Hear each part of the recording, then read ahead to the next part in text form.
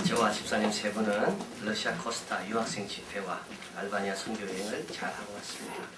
긴 시간, 또 추운 날씨, 많은 짐들, 그리고 또 갑자기 변경되는 스케줄, 여러 가지 어려움이 많이 있었지만 여러분의 기도와 또 지원 가운데 은혜 위에 은혜를 많이 받고 또 성령의 바람을 가는 곳마다 일으키고 왔습니다. 러시아 코스타에서 유학생들을 사랑하는 마음으로 말씀을 전할 수가 있었습니다. 이들과 하나 될 수가 있었고 또 내 자녀처럼 또 우리 이한교회 교인들의 자녀들처럼 특별한 애정을 가지고 이들에게 말씀으로 섬겼습니다.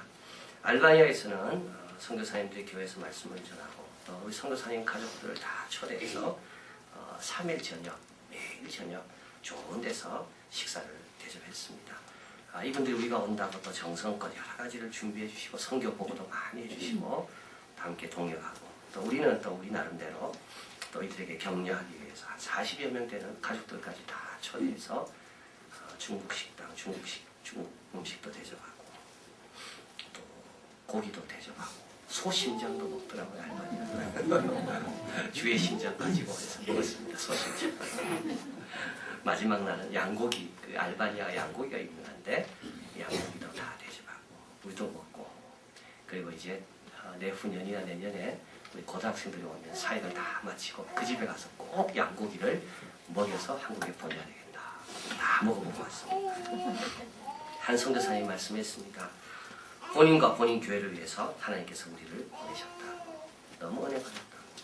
또 다른 선교사님이 말씀하시기를 청년 단기 선교들이 오는 것을 자기는 많이 봤지만 이렇게 어른들이 이렇게 선교에 오는 것을 자기가 본 적이 없는데 청년들이 오면 다 일만 해주고 수고만 하고 끝나는데 어른들이 오니까 편안하게 잘 먹고 교제하다가 갈 수 있어서 보내드려서 자기들에게 너무 큰 위로가 된다고 그렇게 말씀을 했습니다.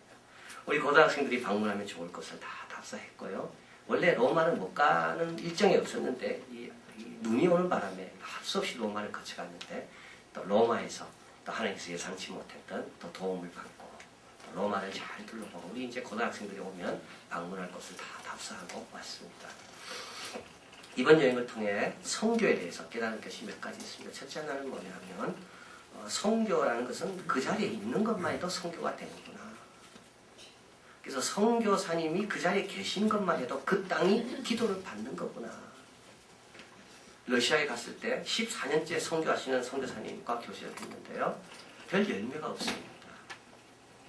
2명의 목회자를 놓고 지금 계속 성경 공부하고 있는 게 그의 선교의 사역에 다였습니다. 그러나 가만히 생각해보면 그분이 14년 동안 그 자리를 떠나지 않고 있기 때문에 그분을 사랑하는 분이 그분을 보낸 교회가 계속 러시아를 위해서 기도하는구나. 그래서 그 자리를 지키는 것만 해도 선교구나. 그걸 우리가 귀중하게 여겨줘야 되겠다. 그것을 발견하게 되었습니다. 두 번째 깨닫는 것은 선교라는 것은 지속적으로 감당하는 것이다.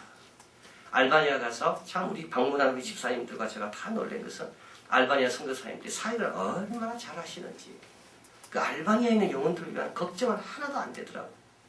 정말 건실하게 건강하게 행복하게.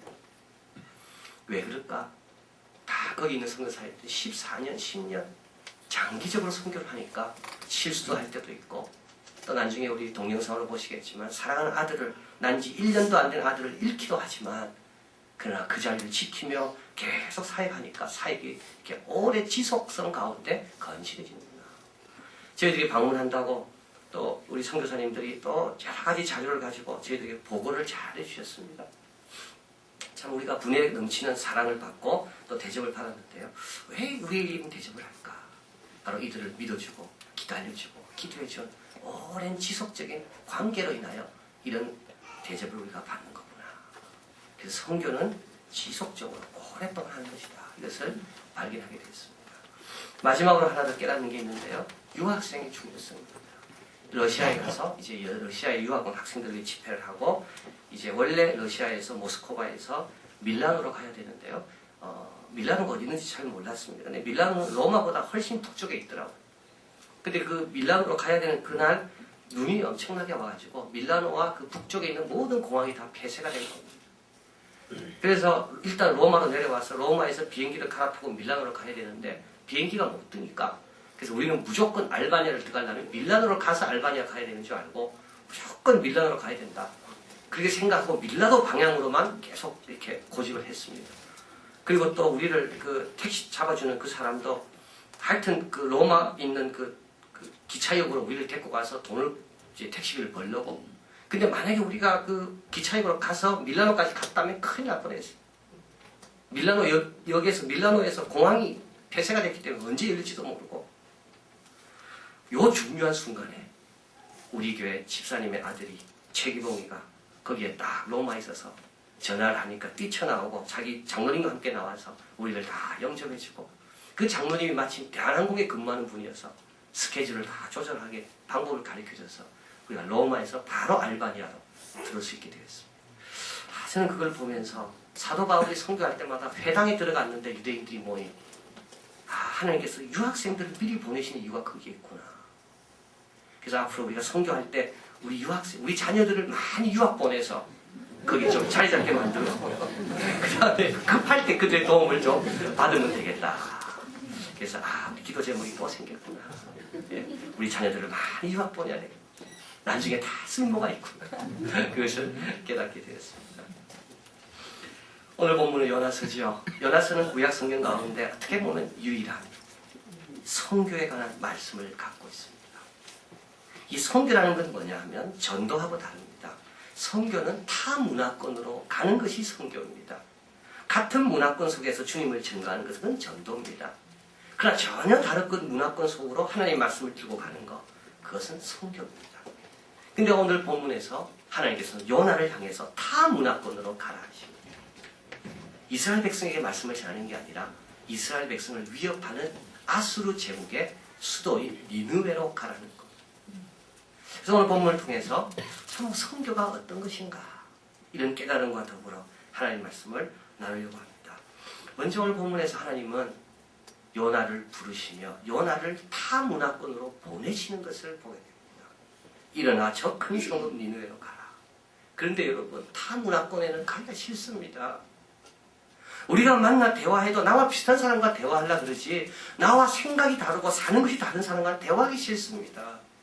어느 누구도 타 문화권에 건너가서 뭔가 일하는 것은 그건 특별한 이유가 없으면 그러지 않습니다.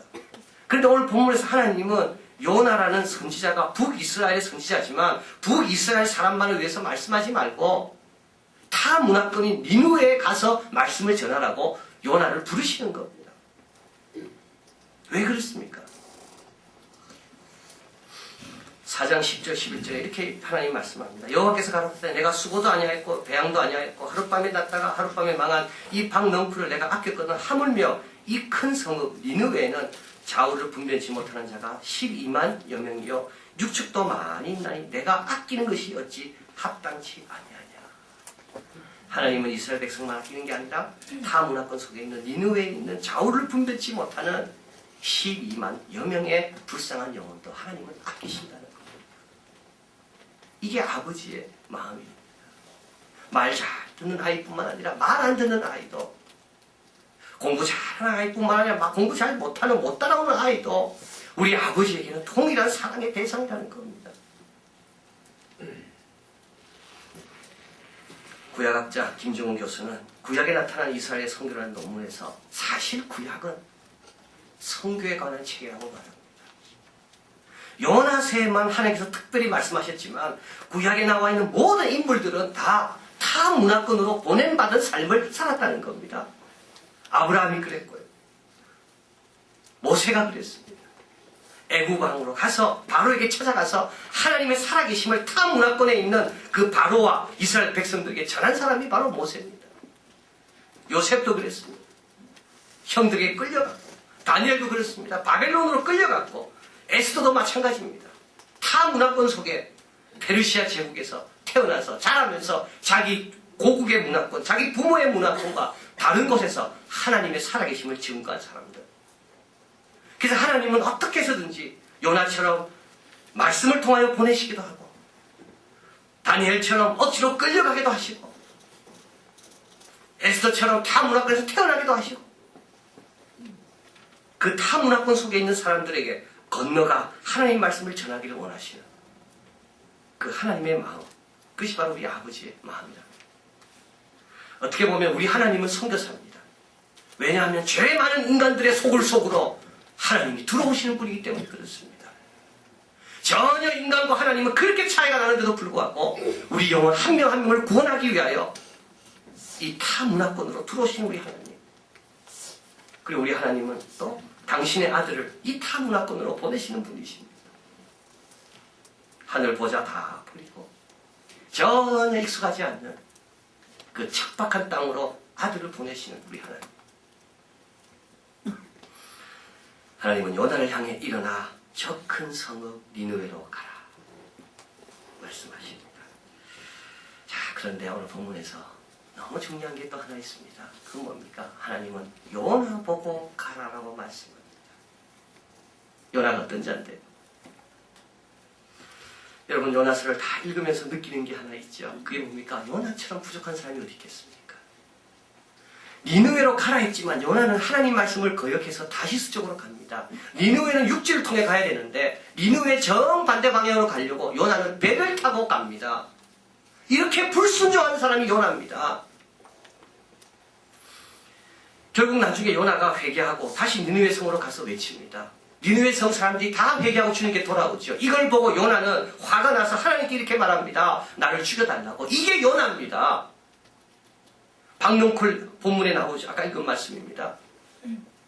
박넝쿨이 자기에게 그늘을 제공하다가 벌레를 하나님께서 보내셔서 박넝쿨이 시든 다음에 하나님을 향해 이렇게 말합니다. 하나님, 박넝쿨이 없어서 내가 너무 지금 햇빛 때문에 짜증나 죽겠으니 날 좀 죽여달라고 이렇게 말하는 사람이 요나입니다.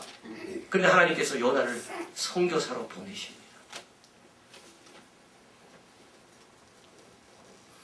뭘 말할까요? 두 가지입니다. 하나는 죽어가는 영혼을 생각할 때 요나가 온전케 되도록 하나님은 기다릴 수가 없는 겁니다. 요나가 온전케 되도록 기다리다가 보는 그 사이 가운데 많은 니느웨 성읍 사람들이 멸망하고 있기 때문에 하나님은 영혼들이 온전케 되도록 기다릴 수가 없이 빨리빨리 보내시는 겁니다. 또 하나는 이게 더 중요한 겁니다. 요나가 온전케 되려면 선교해야 됩니다. 요나가 북이스라엘에서 이스라엘 사람들만 향해 예언할 때는 다른 사람 볼 때 요나는 가장 온전한 사람인 줄 알았습니다. 그런데 하나님의 선교의 명령을 받으면서부터 요나의 부족이 다 드러납니다. 얼마나 이기적이고 얼마나 불순종하고 얼마나 편협하고 얼마나 질투심이 많고 한 사람이 세워지려면 선교해야 됩니다. 온전해서 선교하는 것이 아니라 선교하면서 온전해지는 겁니다. 아버지의 마음을 알게 되고 내 자신을 알게 되고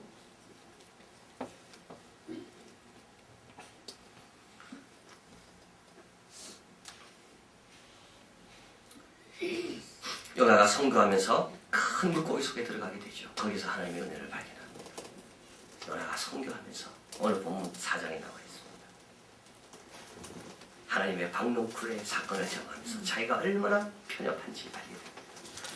오늘 4장 11절에 가보면 하나님께서 요나에게 이렇게 말합니다. 하물며 이 큰 성읍 니느웨는 자우를 분변치 못하는 자가 12만 명이요 유축도 많이 있나니 내가 아낀 것이 어찌 합당치 아니하냐. 그러나서 요나의 대답이 안 나옵니다. 요나가 뭐라고 대답했을까요?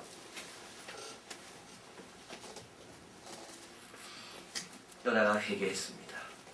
어떻게 합니까? 회개했는지 성경에 안 나와 있는데요. 예수님께서 요나를 칭찬하십니다. 요나보다 큰 자가 여기 있다.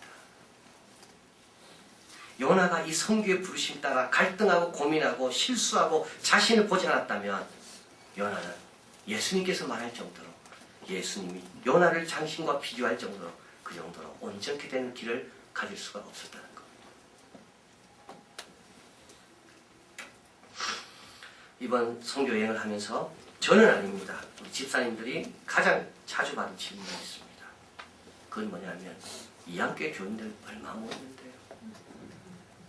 도대체 이한교회 교인들이 얼마나 모였는데 이렇게 집사님들이 나와서 선교하고 이 멀리까지 옵니까? 러시아 코스타에서 간사들이 궁금한 모양입니다. 이한교회가 얼마나 큰지. 알바니아 갔을 때도 선교사님들이 질문했습니다.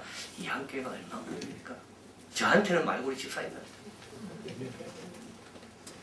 작년 3월달에 개척하기 시작했습니다.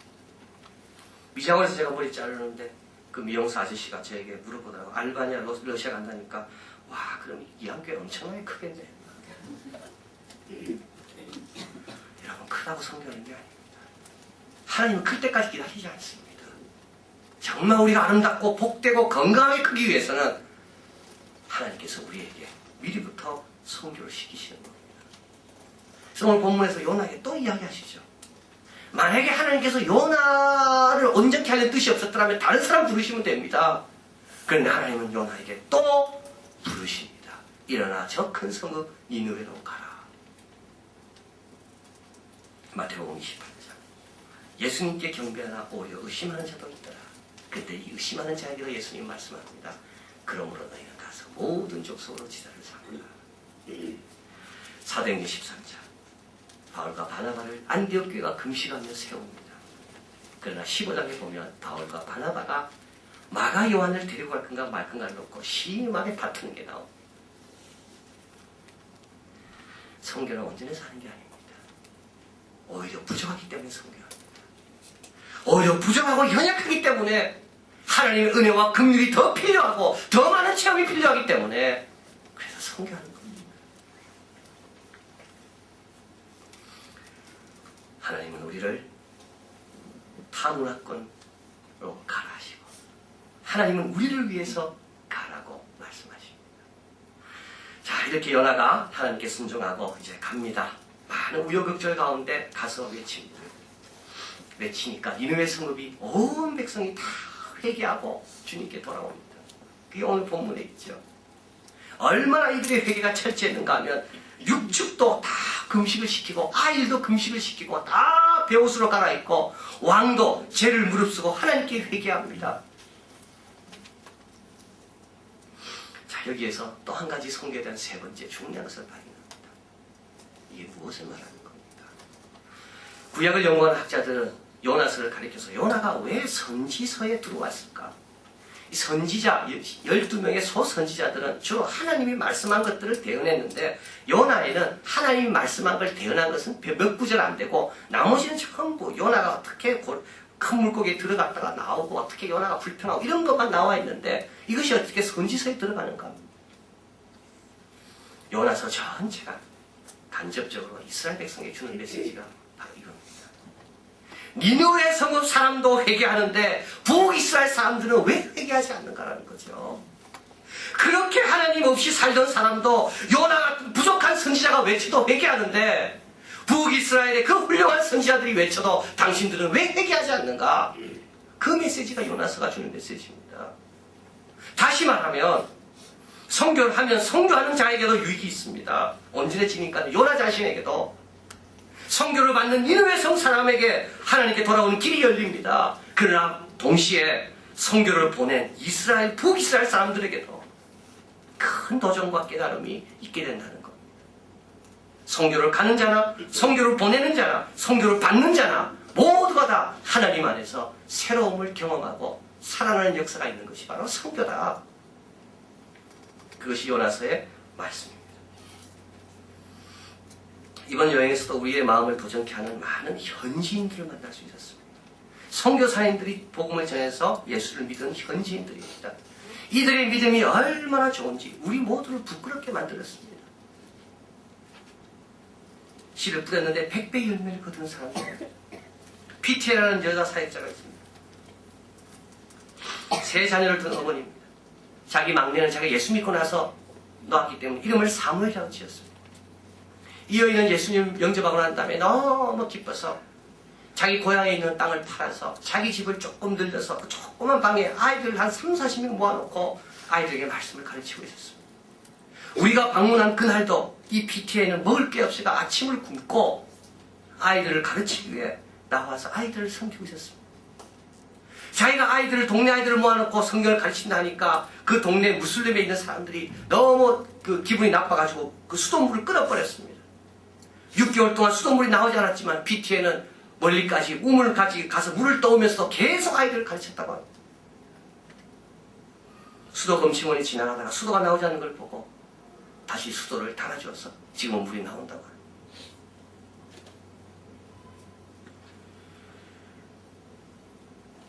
주일 오후 샬롬 교회, 우리를 초대한 그런 교회 그 가서 말씀을 전하고 그 오후에는 PTA가 사역하는 교회에 방문했습니다. 나중에 동영상으로 보시면요, 맨 마지막에 아이들이 나옵니다. 그 아이들이 누구 아이들이냐면 이 PTA가 전도에서 말씀 가르치는 아이들입니다. 너무 방이 좁고 아이들이 많아서 저와 통역하는 분만 들어가고 나머지 집사님들은 밖에서 기도하시고. 이영봉 선교사님 복음교회, 그 교회를 방문했습니다. 그 교회 입구에 여러 가지 벽돌들이 막 너저분하게 이렇게 버려져 있었습니다. 선교사님 그 벽돌을 보고 우리에게 설명했습니다. 이 벽돌은 자기 교회 할머니가 현지인입니다. 자기 이웃집 허무는 것을 보고 그 벽돌이 아까워서 자기 교회 3층 올릴 때 쓰려고 가져온 거라고. 거기에 반토막 자리도 있습니다. 그래서 할머니 보고 반토막은 필요 없다고 주지 말라고, 할머니가 아니라고, 우리도 어차피 벽돌을 반토막 내야 되는데 이미 나 있으니까 얼마나 좋으냐고 반토막 자리도 많이 주워놨습니다. 샬롬 교회에서 예배를 드리고 거기 있는 청년들과 아이들이 쭉 둘러앉아서 선교사님과 이제 일주일 동안 어떻게 지냈는가 대화를 했습니다. 하나 여학생이 이렇게 이야기합니다. 자기는 오빠 때문에 신앙생활 하는데 핏발이 너무 많아서 힘들다고 막 울었습니다. 그 옆에 있는 똑같은 중학교 1학년 학생이 이렇게 말합니다. 자기도 아빠 때문에 힘들었는데 괜찮다고, 견디면 이길 수가 있다고. 그걸 중학생들이 그런 대화를 하고 있습니다. 에드워드 웰스라는 성교학자가 말했습니다. 복음이 가장 순수하고 확실하게 전달되는 곳은 어딘가? 복음이 확실하게 드러나는 곳은 어딘가? 복음이 타 문화권과 부딪힐 때다. 우리는 타성해졌습니다. 우리는 첫사랑을 자꾸 잃어가고 있습니다. 우리는 당연히 여깁니다. 그래서 하나님께서 우리에게 어디로 보내십니까? 복음과 타 문화권이 부딪히는 그 생생한 현장으로 우리를 계속 보내십니다. 이번 선교 여행을 하면서 저와 함께 방을 쓴 김준태 집사님이 불었습니다. 우리 세 분 집사님이 저와 같이 갔지만 아무도 저하고 같은 방을 쓰려고 하지 않았어요. 김준태 집사님 너무 고마운데.